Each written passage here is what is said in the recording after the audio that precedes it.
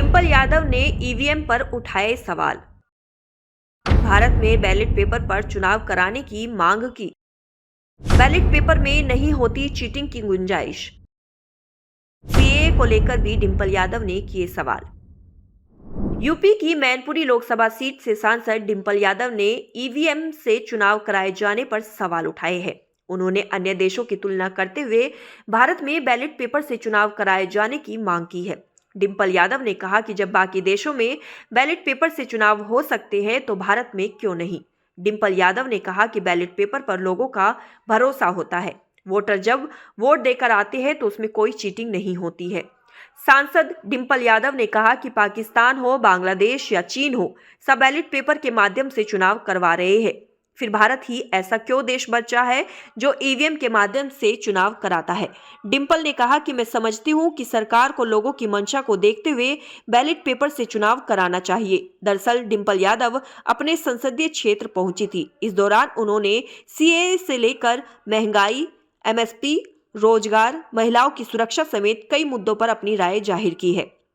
डिंपल यादव ने सीएए पर अमित शाह के बयान पर भी जवाब दिया। अमित शाह के सीएए नागरिकता कानून देने को लेकर कहा है कि सीएए नागरिकता देने का कानून है, लेकिन विपक्ष बरगलाने का काम कर रहा है। इसके जवाब में लोकसभा सांसद ने कहा कि अमित शाह जी पहले इस पर बोल चुके हैं और ज्ञान दे चुके हैं। अब चुनाव का सीजन है, मूलभूत मुद्दों पर ध्यान देना चाहिए। जनता को समझाने और बताने के लिए महंगाई, एमएसपी, रोजगार, महिलाओं की सुरक्षा जैसे बहुत सारे मुद्दे हैं।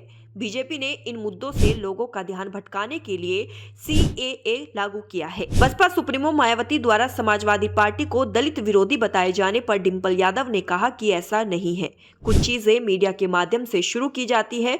वहीं सर्वे में इंडिया गठबंधन को 7 सीटें दिखाए जाने पर उन्होंने कहा कि ज्यादातर सर्वे बीजेपी स्पॉन्सर्ड होते हैं। बदायूं से शिवपाल यादव को चुनाव लड़ाए जाने पर सीएम के तंज चाचा भतीजी की लड़ाई पर भी उन्होंने प्रतिक्रिया दी है। उन्होंने कहा कि आदरणीय शिवपाल सिंह यादव जी को बहुत दिन पहले ही उम्मीदवार घोषित किया गया था।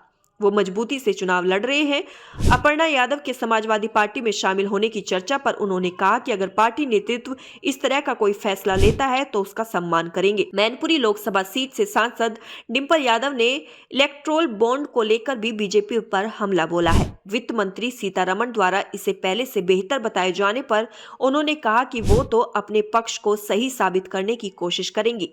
मैं समझती हूं कि क्लैरिटी तब जाएगी जब इलेक्ट्रोल बॉन्ड आइडेंटिफिकेशन वाले नंबर आ जाएंगे कि किसको किसने कितना चंदा दिया। वहीं मैनपुरी से लोकसभा चुनाव में बीजेपी के केशव प्रसाद मौर्य के संभावित प्रत्याशी होने पर उन्होंने कहा कि समाजवादी पार्टी मैनपुरी में बहुत मजबूत रही है और रहेगी। पार्टी ने हमेशा विकास पर ही फोकस रखा है।